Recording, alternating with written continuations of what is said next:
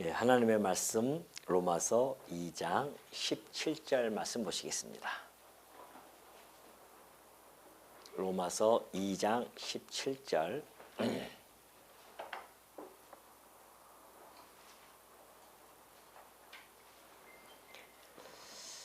다 찾으신 줄로 알고 봉독해 드립니다. 유대인이라 불리는 내가 율법을 의지하며 하나님을 자랑하며 율법의 교훈을 받아 하나님의 뜻을 알고 지극히 선한 것을 분간하며 맹인의 길을 인도하는 자여 어둠에 있는 자의 빛이여 율법에 있는 지식과 진리의 모본을 가진 자로서 어리석은 자의 교사여 어린아이의 선생이라고 스스로 믿으니 그러면 다른 사람을 가르치는 내가 내 자신은 가르치지 아니하느냐? 도둑질하지 말라 선포하는 내가 도둑질하느냐? 간음하지 말라 말하는 내가 간음하느냐? 우상을 가증히 여기는 내가 신전 물건을 도둑질하느냐?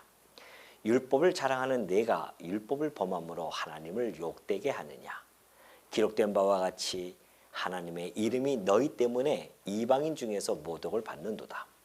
네가 율법을 행하면 할례가 유익하나 만일 율법을 범하면 내 할례는 무할례가 되느니라. 그런즉 무할례자가 율법의 규례를 지키면 그 무할례를 할례와 같이 여길 것이 아니냐. 또한 본래 무할례자가 율법을 온전히 지키면 율법 조문과 할례를 가지고 율법을 범하는 너를 정죄하지 아니하겠느냐. 무릇 표면적 유대인이 아니요 표면적 육신의 할례가 아니니라. 오직 이면적 유대인이 유대인이며 할례는 마음에 할지니 영에 있고 율법 조문에 있지 아니한 것이라. 그 칭찬이 사람에게서가 아니요 다만 하나님에게서니라. 29절까지 봉독해 드렸습니다. 우리 지난 시간에 살펴보았듯이 심판에 관한 여러 가지 내용들을 바울이 전해 준 바가 있습니다. 예를 들면 심판의 대상은 이 이방인뿐만이 아니라 유대인들도 함께 포함되어지기 때문에 모든 인간이 심판 대상이라는 것을 밝혀준 바가 있습니다. 그리고 심판의 기준은 유대인에게는 율법이 기준이 되어지고 이방인들에게는 양심의 법이 곧 심판의 기준이 되어진다는 겁니다. 심판주 역시 하나님의 아들이신 우리 주 예수 그리스도께서 심판주가 되시고요. 그리고 우리가 받는 심판의 범위는 우리가 행하는 범죄뿐만이 아니라 우리 안에 있는 죄성까지도 포함해서 모든 것들이 다 심판 안에 들어가 있다는 사실을 우리는 살펴본 바가 있죠. 오늘 우리 살펴볼 이 17절부터의 내용을 또 보면은 간단하게 요약을 해보면 유대인들이 이제 율법을 소유하고 있습니다. 그렇기 때문에 그들만이 가지고 있는 자부심과 긍지가 있죠.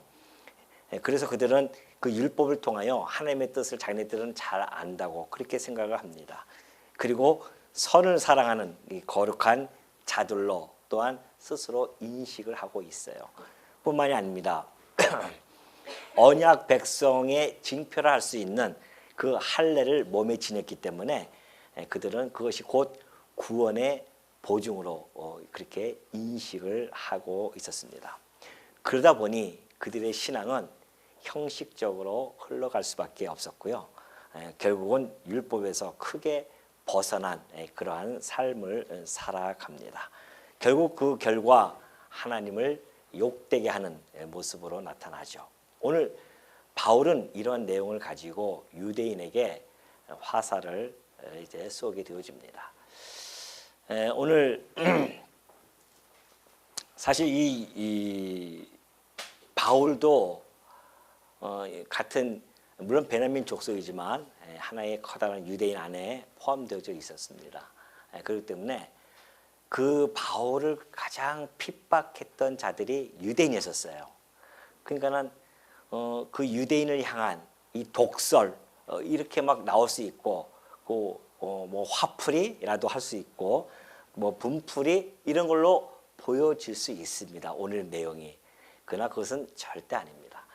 바울은 자기 동족을 얼마나 사랑하는지 자기가 혹 죽기까지 그렇게 사랑한다고 그렇게 표현한 바 있고요. 정말 이 동족을 위해서 어떻게든지 복음이 그 안에 들어가 그들로 하여금 하나님의 백성이 되어지는 것을 그는 너무나 간절히 바라고 소망하고 있었습니다. 그래서 이 동족에 대한 사랑의 이 경책의 말씀을 오늘 이 내용을 해 가고 있는데요. 그런데 이 내용이 사실은 유대인에게 있어서는 너무나 파격적일 뿐만이 아니라 아주 혁파적인 그런 내용이 되어집니다. 사실 바울은 유대인의 관절과 골수를 찔러 쪼개어 이제 들어가기 시작합니다. 그리고 그들이 안에 내면에 있었던 그 심령 역시 감찰하게 되어지죠. 무엇으로요? 하나님의 말씀으로 그렇게 되어집니다. 그래서 그때 이제 유대인들이 이 말씀을 듣게 되어지면은 크게 세 가지 부류가 나타나게 되어지죠. 첫째는 무덤덤합니다. 바울이 지금 이게 엄청난 이야기를 하는데 불구하고 유대인들이 그냥 무덤덤하게 듣는 자들이 있을 거예요. 그건 영적인 불감증에 걸려 있기 때문에 그렇습니다. 그런 거 하면은 어떠한 부류는 이 바울의 이 말씀이 너무나 불편하게 들릴 겁니다. 자기네들의 이 모든 안에 있는 내적인 그러한 갈등, 죄성들을 유감없이 다 들춰내기 때문에 너무 불편하죠. 그래서 바울을 거부할 것입니다. 그런가 하면은 이 말씀이 정말 마음에 칼날이 되어져서 폐부를 찌르고 들어올 것입니다. 그러한 자들은 책망이 되어져서 회개하고 다시 하나님께로 돌아가는 그러한 역사가 진행되어질 것이죠. 그것처럼 하나님의 이 말씀은 듣는 사람마다 다 여러 가지 반향이 일으킵니다. 아까 우리 집사님 기도해 주셨듯이 아는 만큼 이 말씀은 보여지고 듣는다고 하죠. 그 이제 어떤 이제 믿음의 분량일 수도 있고 또한 하나님이 그때마다 내려주는 그 은혜의 다름이 또 이렇게 나타나기도 합니다. 오늘 우리가 이 시대에도 역시 마찬가지죠. 유대인뿐만이 아니라 이 말씀은 유대인을 향한 지금 이야기지만은 그러나 한 걸음 더 나아가 보면은 오늘 말씀 앞에 서 있는 우리 성도들도 역시 마찬가지입니다. 우리가 오늘 이 말씀을 읽어 나갈 때에 어떤 분들은 그냥 무덤덤하게 들을 분들도 있을 것이고 어떠한 분들은 좀 불편해할 수도 있을 것입니다. 그런 거 하면 어떤 분들은 책망이 되어져서 회개에 도달해서 하나님께로 또 돌아오는 그러한 시간도 될 수 있죠. 일찍이 우리 예수님께서 라오게디아 교회, 요한계시록 3장 19절 보니까 라오게디아 교회가 있었습니다. 그 교회는 뜨겁지도 않고요, 차갑지도 않았었어요. 그러니까 한마디로 그냥 뜨뜻미지근한 그러한 교회의 모습이었었습니다. 그때의 이 요한을 통해서 예수님이 지금 라오게디아 그 교회를 향해서 이렇게 말씀해주고 계십니다. 무릇 내가 사랑하는 자를 책망하여 징계하노니 그러므로 내가 열심을 내라 회개하라, 그렇게 말씀해주고 계십니다. 그러니까 사랑하는 자를 책망하는 겁니다. 하나님은 당신의 사랑하는 백성들에게 말씀을 통하여 책망을 하죠. 왜요? 그래서 열심을 내서 회개하게 하는 하나님의 그 사랑과 은혜가 그 안에 풍성하게 나타나고 있기 때문에 그렇습니다. 오늘 우리가 말씀 앞에서 무덤덤하다고 하는 것은 내가 죄인임을 깨닫지 못한다는 이야기입니다. 그것은 마치 길가에 떨어진 그러한 씨가 길가에 떨어진 것 같죠. 그런가 하면은 불편하고 듣지 못하는 분들은 마치 그 돌짝밭이라든가 가시덩굴에 뿌려진 씨와도 같을 겁니다. 그러나 정말 좋은 밭에 떨어진 그 씨는 이것이 30배, 60배 결실을 맺게 되죠. 그렇다고 한다면 오늘 우리가 말씀 앞에 서 있을 때에 어떠한 심정으로 들어야 되는지는 충분히 알 것입니다. 우리가 매일매일 우리는 죄 가운데 살아가는 존재이기 때문에 그렇습니다. 그러니까 우리가 하나님 뜻을 떠나서 자꾸만 곁길로 가다가도 우리가 주일날 와서 이 말씀 앞에서 우리를 모습을 드러내고 하나님이 주시는 이 말씀을 통해서 다시 하나님의 그 품 안으로 돌아가는 이러한 삶, 이것이 우리가 말씀 앞에 서야 하는 이유이고, 이 말씀이 그래서 우리로 하여금 책망과 바르게 함과 의로 교육하기에 유익한 그런 말씀으로 우리에게 다가오는 것이죠. 그래야만이 참 평강을 누리게 되어집니다. 만약에 이것이 안 그렇게 되어지면은 사실은 그것이 평강 가운데 있는 것 같아도 참 평강을 누리지 못하고 살아가는 그런 모습을 우리는 잘 알 수 있죠. 자, 오늘 이 바울은 정말 이 로마서 17절 2장 17절부터 29절까지 하나하나 살펴보면은 유대인들에게는 정말 뼈아픈 그런 책망의 말씀이 아닐 수 없죠. 한번 볼까요? 자, 유대인이라 하는, 그래요, 바울이 유대인이라 불리는 내가 그렇게 이야기합니다. 유대인으로 불러요. 이 이야기는 유대인이라고 하는 그 호칭 안에는 그들만이 가지고 있는 아주 민족적 자긍심이 있습니다. 왜 그러냐면은 이제 솔로몬 때 이후에 북이스라엘과 남유다가 갈라집니다. 그때의 이 남유다 백성들은 다윗 왕조, 정통성을 가지고 있는 왕조의 족속으로서 그렇게 살아가죠. 그렇게 계속해서 그 왕위가 이어지다가 마침내 그들이 바벨론 포로로 끌려갑니다. 망해버려요. 근데 그 바벨론 포로로 끌려가기 이전에 이미 북이스라엘은 아수르에게 멸망을 당하죠. 그 아수르에게 멸망을 당하고 나서는 아수르가 혼합 정책을 펼칩니다. 다시 말해서 이방인들을 사마리아 땅으로 다 이주시켜요. 그리고 사마리아에 있던 그 이스라엘 백성들도, 북이스라엘 백성들도 다 끌고 갑니다. 그러니까 그 남아있는 사람들은 이방인들이 그쪽에 들어오면서 혼혈주의가 되어져요. 그러니까 민족의 정통성을 잃어버립니다. 그런 남유다만큼은 그 정통성을 계속 유지하고 있었습니다. 뿐만이 아니라 바벨론 포로 당시에 그들이 끌려가서 제사제도가 없어졌기 때문에 그들은 율법을 의지하고 율법을 읽고 낭독하면서 율법의 말씀을 듣고 거기서 깨닫고 하나님께 감사와 찬송을 드리죠. 그리고 이후에 이제 그들이 바벨론 포로가 끝나고 돌아옵니다. 70년 포로가 돌아와서 성전을 짓지 않습니까? 성전을 짓고 율법을 창세기서부터 신명기까지의 내용을 조목조목 그 백성을 다 모아놓고 하나하나 낭독합니다. 그리고 주변마다 그 말씀을 듣고 레위 지파들이라든가 이런 이제 서기관들, 이런 부류의 사람들은 뜻을 해석해줘요.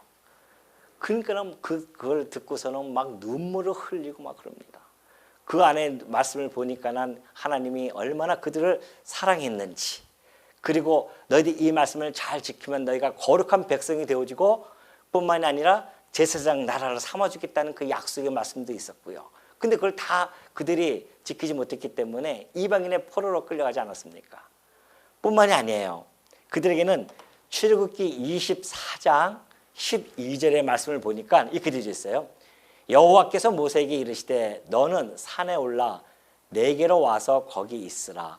내가 그들을 가르치도록 내가 율법과 계명을 친히 기록한 돌판을 내게 주리라. 그렇게 되어 있어요.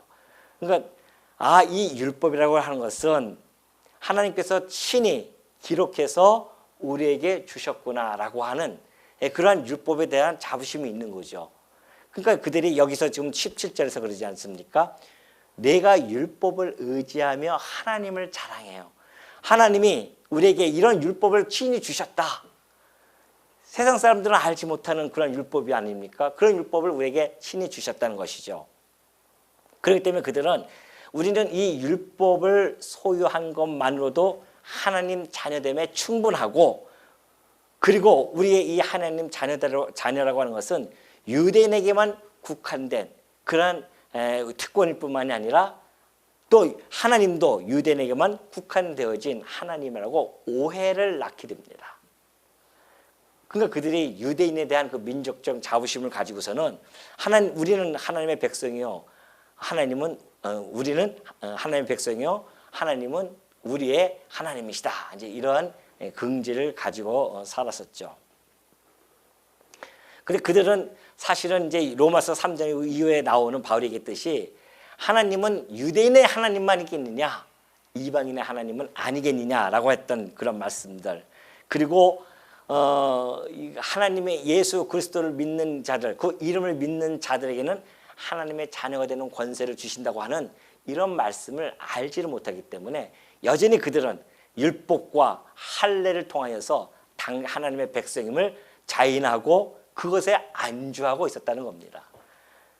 그 유대인이라는 그 단어 호칭에는 바로 이런 여러 가지 의미가 함축되어져 있죠.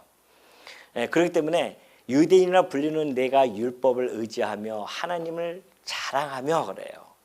또 율법의 교훈을 받아 하나님의 뜻을 알고 지극히 선한 것을 분간하며 맹인의 길을 인도하는 자요, 어둠에 있는 자의 빛이요, 율법에 있는 지식과 진리의 모본을 가진 자로서 어리석은 자의 교사요, 어린아이의 선생이라고 어떻게 해요?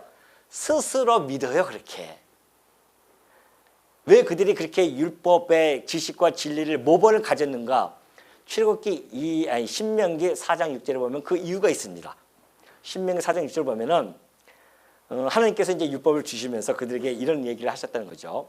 너희는 지켜 행하라. 이것이 여러 민족 앞에서, 여러 민족이 뭡니까? 이방인 아니겠어요? 그 민족 앞에서 너희의 지혜요, 너희의 지식이라. 뭐가요? 율법이. 이방인들은 그 율법을 알지 못해요.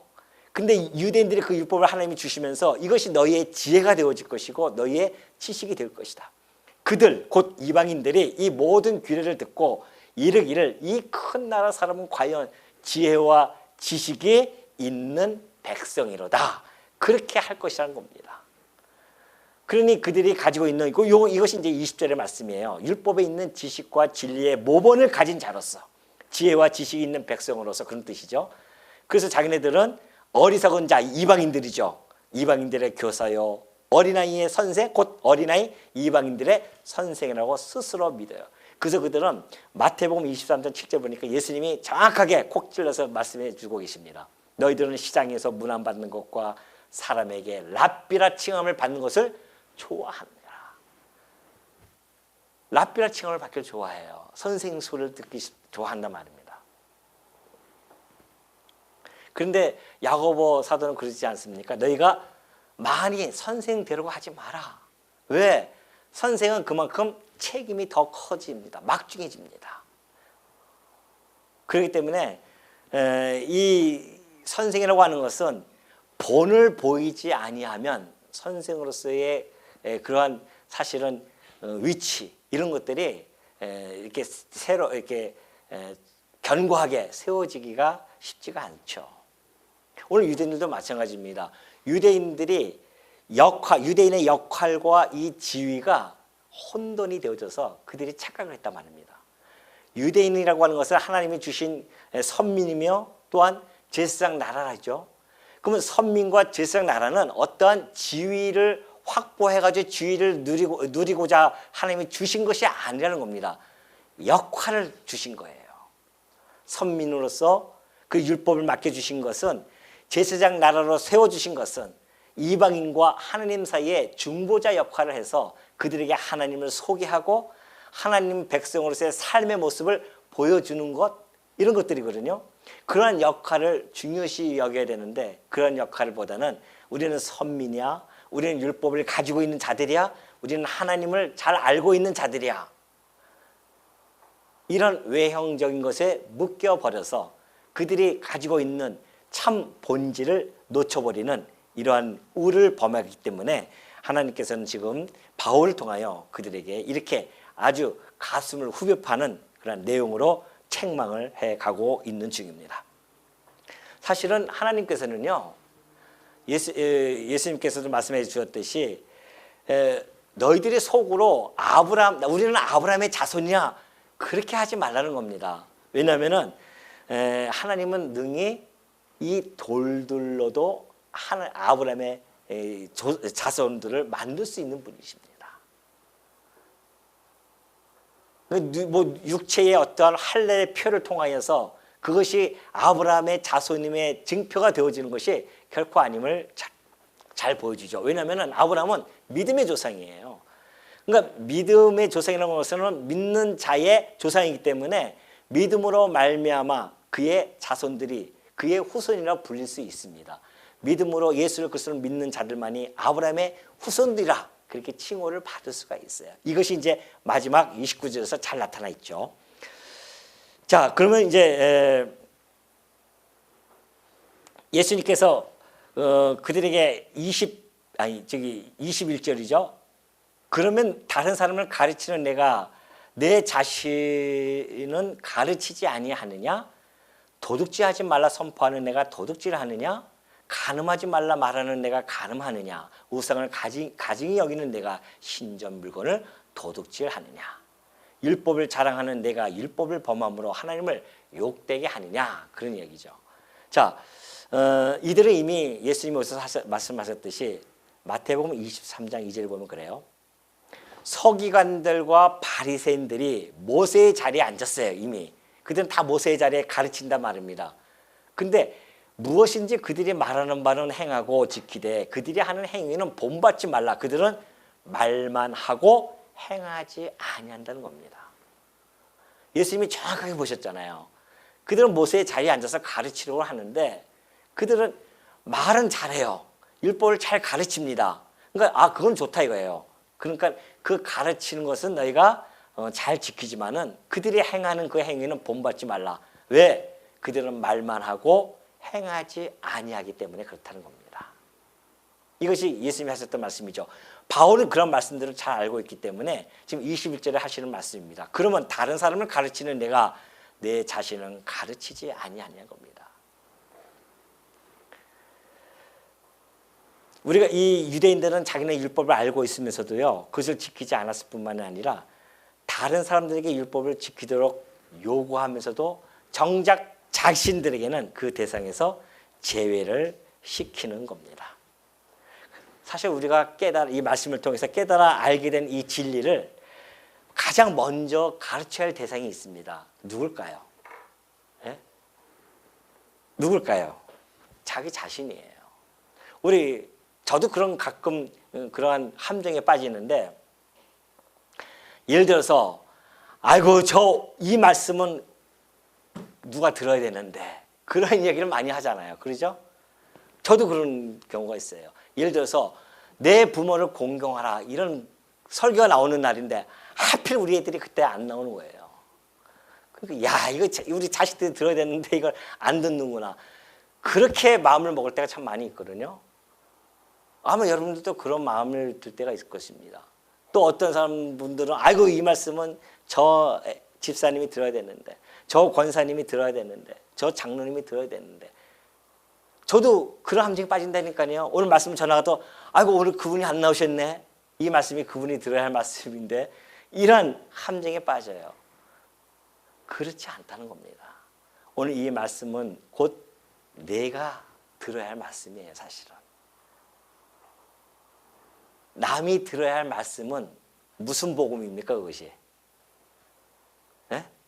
남의 복음이에요? 남의 복음이에요. 그거는 내가 이것을 듣고 깨달으면 내가 복음이 되어지는 것이고. 그러니까 우리는 이 말씀을 통해서 바울이 지금 여기서 얘기했던 것이 그 얘기입니다. 너희가 다른 사람을 가르치는 내가 네 자신을 왜 가르치지 않냐 말이죠. 이 말씀은 곧 내게 대해 하시는 말씀이거든요. 우리가 이 말씀을 볼 때에 유대인에게 지금 하는 것 같아도요, 아니에요. 이 이면에는 오늘 하나님의 백성들에게도 동일하게 이것이 주어지는 겁니다. 우리는 안 그래요? 우리는 성도라는 그러한 타이틀을 가지고 살아가는 자들입니다. 그런데도 불구하고 우리는 성도답게 살아가지 못할 때도 참 많이 있죠. 하나님의 말씀을 우리는 소유했다고 그렇게 생각하는 자들입니다. 그래서 우리는 하나님의 말씀을 보아요. 근데 그 말씀을 보면서 깨달아질 때에 그것이 내게 양식이 되어져서 나로 하여금 돌이키게 하고, 그래서 나의 영혼이 고침을 받고 내 영혼이 살찌우는 이런 말씀으로 작용이 되어져야 되는데 이 말씀은 내 말씀이 아니야. 다른 사람에게 적용되어지는 거라 적용되어진다고 그렇게 생각이 되어진다고 한다면 참 불행한 거죠. 이 말씀이 어떤 말씀인데 지금 하나님께서 유대인에게 하는 말씀이 아니라 우리는 이것이 내게 하는 말씀이라고 생각하고 이 말씀 앞에 서야 됩니다. 간음하지 말라 말하는 내가 간음하느냐? 우상을 가증히 여기는 내가 신전 물건을 도둑질하느냐? 우리도 안 그렇습니까? 우리도 너 그거 하지 마 해놓고 우리도 그 일을 고스란히 하거든요. 그게 우리의 모습입니다. 우리 한때 우리 이제 우리 가정 얘기해서 죄송합니다. 우리 아이들을 키울 때 보면은 부모가 제일 부딪히는 이유 중에 하나가 자녀 교육 때문에 그러거든요. 그러면 이제 우리 집사람은 우리 아이들이 이제 아무래도 여성이니까 밤늦게 들어오는 것을 경계할 수밖에 없잖아요. 빨리 들어와라, 몇 시까지 들어와라 이러죠. 그러면 저는 이제 좀 놀게 좀 냅두지 이제 다 컸는데 그렇게 저는 이제 그런 위주고 우리 집사람은 그것도 좀 최소한 몇 시까지는 들어와야 된다. 이러한 이제 염려하는 이제 그런 성향이 있죠. 그럼 이거는 맞고 저거는 틀리냐? 저는 그렇게 보지 않습니다. 다 일리가 있기 때문에 그렇습니다. 근데 사실은 우리도 연애할 때 보면은 늦게 들어갔거든요. 늦게 들어가서는 우리가 결혼한 거 아니겠습니까? 그것처럼 자기도 늦게 들어갔음에도 불구하고 아이들에게는 빨리 들어가고 하면 어떻게 결혼하겠습니까? 늦게 들어가고 해야겠죠. 그런 것처럼 우리가 우리 자신에게는 엄격하지 않으면서 오히려 다른 사람들에게는 또는 타인에게는 엄격하는 그런 모습이 우리에게는 참 많이 비춰집니다. 그렇기 때문에 우리가 정말 먼저 나를 돌아보는 것, 이 말씀 앞에 섰을 때는 다른 거 생각할 거 없어요. 오로지 저를 생각해야 됩니다. 나를 생각해야 돼요. 저는 여러분이 이 말씀을 준비하면서 항상 제가 제일 먼저 찔리잖아요. 제가 말씀을 이렇게 전하면은 이 목사는 정말 너무 거룩하게 살아가줘서는 그렇게 하나보다 그렇게 오해하실 수가 있는데 절대 그렇지 않습니다. 여러분과 저도 동일합니다. 여러분이 가지고 빠질 수 있는 함정에 저도 쉽게 빠지고요. 여러분이 가질 수 있는 그 감정 저도 똑같이 가지고 있는 존재입니다. 다만 하나님께서 가르치는 은사를 주었기 때문에 제가 대신 여기 와서 이렇게 하는 거죠. 그러니 저는 마음이 더 여러분보다 더 많이 찔려요. 사실은 나도 그렇게 살지 못하는데 왜 내가 이렇게 성도님한테 왜 이렇게 이 말씀을 전달해 줘야 되는지. 그러니까 나는 늘 내가 제일 먼저 일선에서 찔림을 받습니다. 그래서 내가 말씀을 준비할 때마다 늘 저는 더 회개부터 해요. 제가 회개하고 돌이키고 그래서 이 말씀을 또 전하고 그런 조심스러운 마음이 있는 거죠. 혹시 저를 또 너무나 아주 도덕적으로 뛰어난 그러한 사람으로 보지 않을까? 아니에요. 여러분 동일합니다. 물론 책임감은 있어요. 바울이 얘기했던 것처럼 가르치는 자라고 하는 것은 본을 보여 가르쳐야 되거든요. 그러니까 본의 삶을 보여야 된다고 하는 책임감은 늘 가지고 있습니다. 그런 책임감 속에 여러분에게 말씀 증거하기도 하고 나를 뒤돌아보기도 하고 그러한 이제 삶을 살아가 애쓰기는 하지만은 이것이 우리가 마음 뜻대로 안 되는 것은 뭐 여러분도 잘 알고 저도 잘 아는 사실 아니겠습니까? 그래서 끝없이 우리 성령님께 의지하고 붙들어 달라고 기도하고 그래서 정말 성령의 충만함 속에서 이 죄된 세상에서 싸우며 이길 수 있게 해달라고 그 기도가 끊이지 않아야 할 이유가 바로 거기에 있는 겁니다. 오늘 유대인들은 그것조차도 상관없이 그들은 오로지 율법을 잘 지킨다고 착각하고 있는 것이죠. 그걸 지금 하나하나 폐부를 파고 들어갑니다. 율법을 자랑하는 내가 율법을 범함으로 하나님을 욕되게 하느냐 말이죠. 이 유대인들이 제일 큰 죄가 신성모독죄예요. 예수님이 신성모독죄로 돌아가셨단 말입니다. 너 왜 신성모독하느냐? 그러한 자들이 오히려 신성을 모독하고 있어요. 율법을 자기가 자랑하여 율법은 우리 하나님이 우리에게 주신 거야. 이건 우리의 지혜와 지식이야. 그렇게 이야기하면서도 불구하고 그 율법대로 그들이 율법을 범함으로 말미암아 오히려 야, 저 율법을 가진 자들, 하나님의 백성이라는 자들이 더 그래. 우리 이제 요번에 뭐 다니엘부에서 이제 산업방 할 때 아마 주제가 그런 것 같아요. 우리 기독교인들이 왜 사회에서 그렇게 인정을 못 받고 더욱더욱 지금 이렇게 추락이 되어져 가고 있는가, 이런 문제들 아주 고민스럽죠. 사실 이런 문제들도 마찬가지입니다. 우리가 모양만 성도인 것처럼 살아갈 때가 참 많이 있어요. 정말 우리가 정신을 차리고 근신하고 깨어서 이 종말의 시대에 살아가는 자로서, 구원의 도상에서 살아가는 자로서, 지금 밖에는 이 마귀가 우는 사자처럼 우리를 삼키려고 달려들고 있는데 우리는 그냥 안일하게 안주하고 그냥 우리는 하나님 백성이야 라고 이 유대인의 새로운 신유대인이 되어져서 우리는 살아가고 있지는 않는지, 그게 제일 안타깝습니다. 한때 우리 이 말씀 운동 안에서 금기시 되어지는 단어가 두 단어가 있었습니다. 하나는 적용이었었어요. 그리고 행위였었습니다. 이거 얘기하면 죽는 줄 알았어요. 강단에서 절대 그거 얘기 못합니다. 그거 얘기 잘못했다가는 사상 검증에 들어가요. 말씀을 왜 적용하느냐? 이게 하나님 계신데.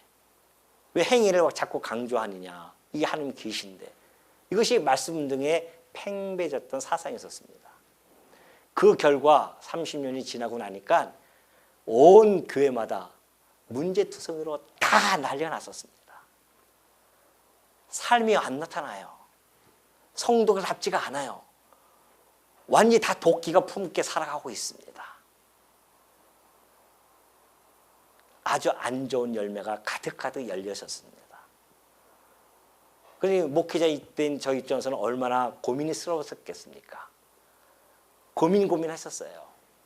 어떤 분은 우리 이 말씀 등에서 그도 고참이라고 하는 그런 어떤 목사님은 너무너무 힘들어가지고서는 기독교 윤리의 선봉이라고 하는 선봉자에 있는 그 손봉호 교수님을 전화해가지고서는 상담까지 했다는 거 아니겠습니까? 얼마나 괴로우면. 지금도 회개 같은 거 없습니다. 말씀 등에는. 무슨 회개예요? 하나님의 뜻인데. 우리가 그곳에서 신앙생활을 해왔었어요. 근데 그래서 제가 왜 이렇게 이 강단에서 본문에만 충실하게 해야 되는가? 본문을 하나하나 왜 읽어나가야 되는가? 우리 충분히 이렇게 설명할 수 있죠. 저도 그랬었으니까. 1장, 로마서 2장부터 3장까지 이러이러한 전체적인 내용이 이겁니다. 그렇게 얘기하고 끝낼 수 있어요. 그러나 그 말씀이 우리들에게는 관념적으로 들리더라 이겁니다. 그 관념적인 신앙들이 다 되어져 있어가지고서는 자기가 이 땅의 세상을 살아가면서도 아주 뻔뻔하게 살아갈 때가 많이 있어요. 아니에요. 날마다 우리가 가슴을 쳐야 됩니다. 하나님의 뜻대로 살지 못했다고 한다면, 우리가 말씀 앞에 서면은 우리를 뒤돌아봐야 돼요. 이 말씀, 아까도 예수님이 그러잖아요. 너를 회개해. 내가 너를 책망해. 열심을 내라. 이런 말씀을 우리가 읽어나가면서 우리한테 그것이 왜 적용이 안 되지냐 말이죠. 그 두리뭉실로 넘어갑니다. 하나님이 다 하게 하시네요. 이걸로 퉁쳐버렸어요. 그래서 많은 성도들이 곁길로 지금도 많이 떨어져 가 있습니다. 안타깝죠. 그래서 저는 그걸 깨닫고 나서는 정말 여러분들에게 성경신학 내가 얘기 안 하잖아요. 여러분들에게 성경신학적 입장에서 그 얘기 안 해요. 제가 이제는 여러분과 제가 할 작업은 본문으로 그냥 들어가자. 하나님의 말씀한 데까지 쫓아가고 말씀 안 하면 안 들어가면 되는 것이고, 그래서 저는 본문 중심으로 해서 주석적인 강론을 하는 이유가 바로 거기에 있습니다. 이 말씀이 우리에게 와서 책망이 되어야 되고 우리에게 바르게 함과 의로 교육하기에 유익하다고 했는데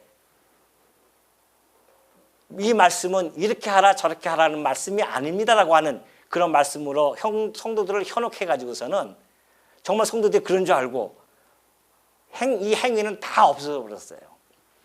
기독교 윤리가 완전히 붕괴가 됐단 말입니다. 성경 신학에서. 여러분도 그 길을 가야 할 필요성이 없잖아요.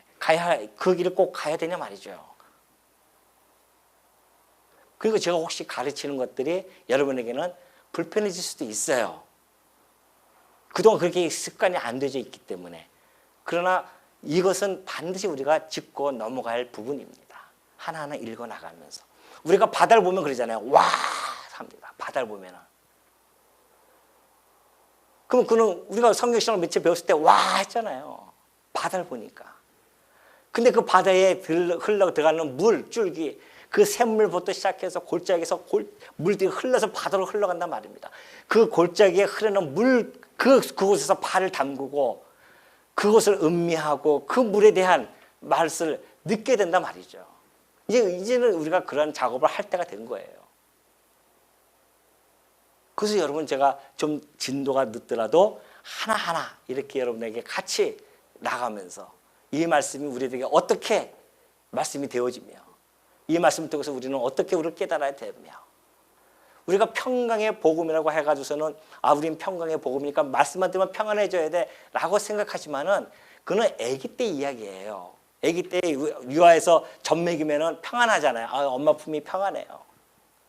그러나 어찌 아이가 크면은 밖에 나가서 살아가는데 그렇게 만만합니까? 세상이? 안 그렇잖아요.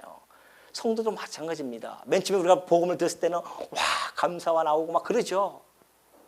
그 복음의 그 감사와 그것이 어느 정도 시간이 흐르면은 다 희생이 되어진단 말입니다.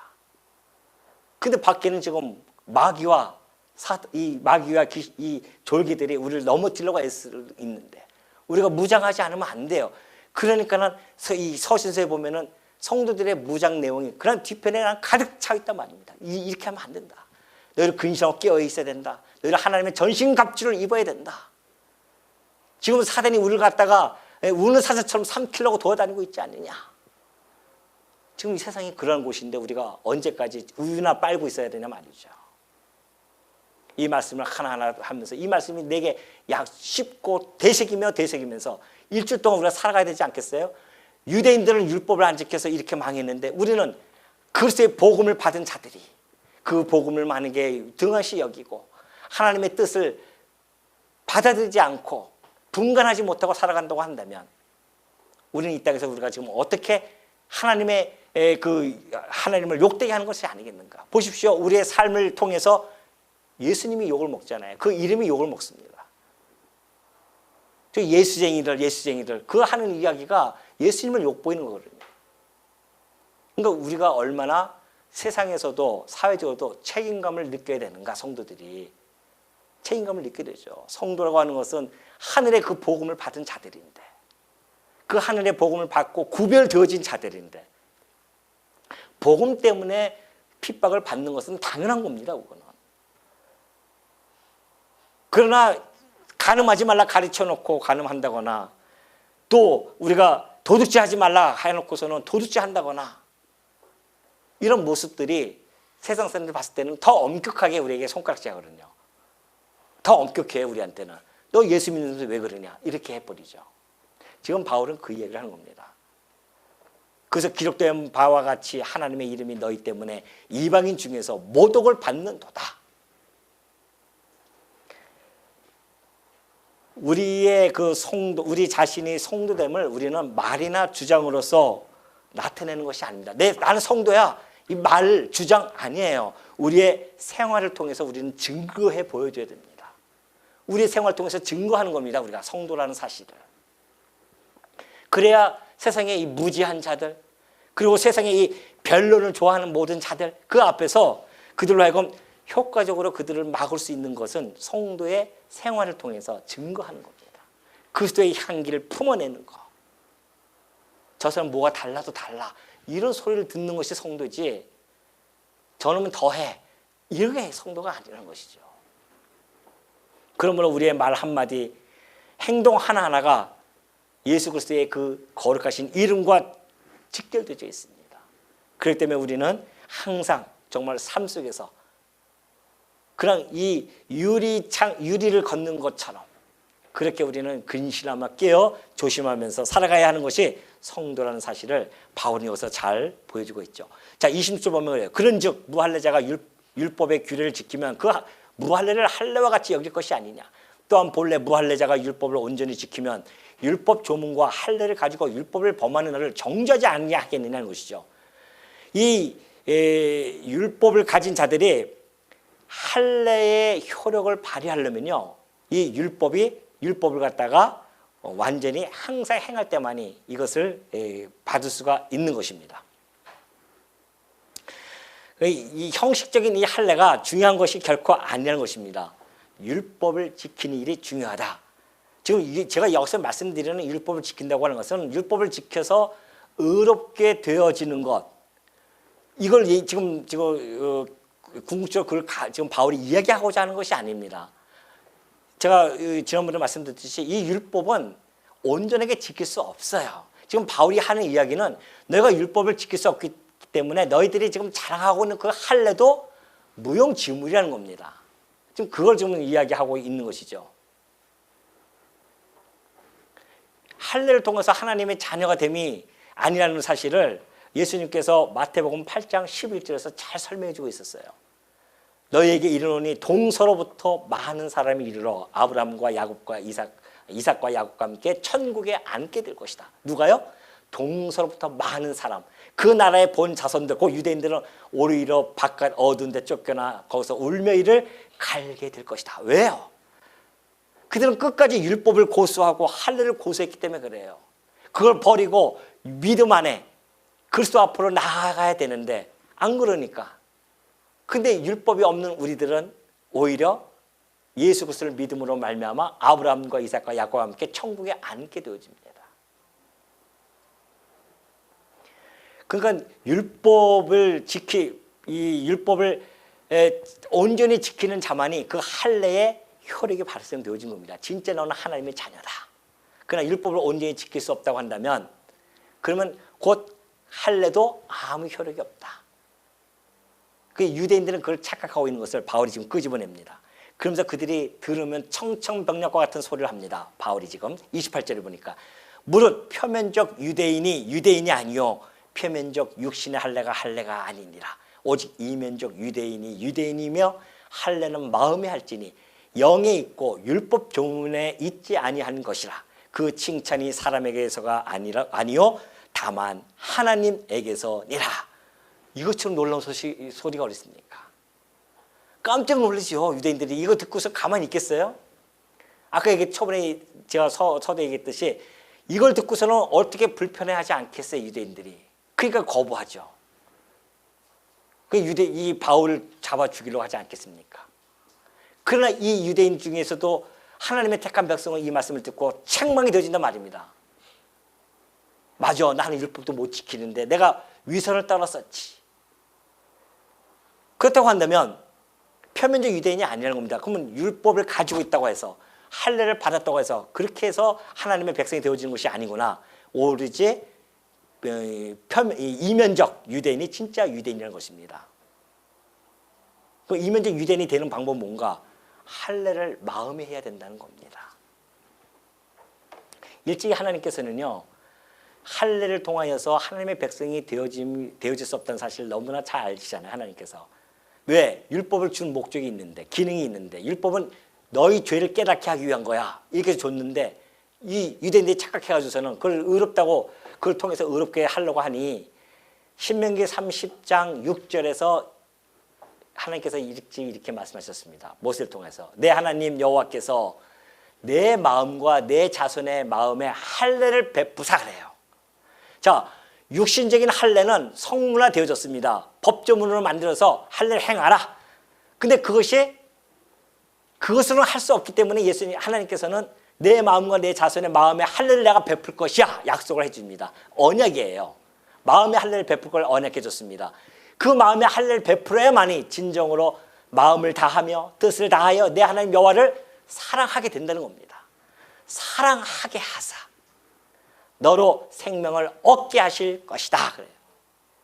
누가 하신다고요? 하나님께서 하신다는 겁니다. 그럼 그 할례를 어떻게 하는가? 하나님이 하시는데 이 시대에 오늘 우리들에게는 누가 해주십니까? 이것이 바로 29절 후반절에 있죠. 할례는 마음에 할지니 영에 있고 율법 조문에 있지 아니한 것이다 그래요.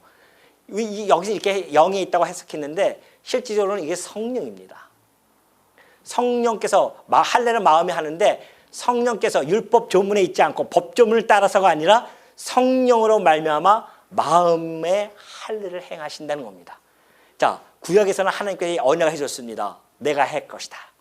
그런데 신약에서는 하나님이 오셨어요. 성령을 오셨단 말입니다. 그래서 우리에게 마음의 할례를 행하게 됩니다. 그 마음의 할례는 뭔가? 로마서 12장 2절 보니까 너희는 이 세대를 본받지 말고 오직 마음을 새롭게 함으로 변화를 받아야 하나님의 선하시고 기뻐하시고 온전하신 뜻이 무엇인지를 분별하도록 하라.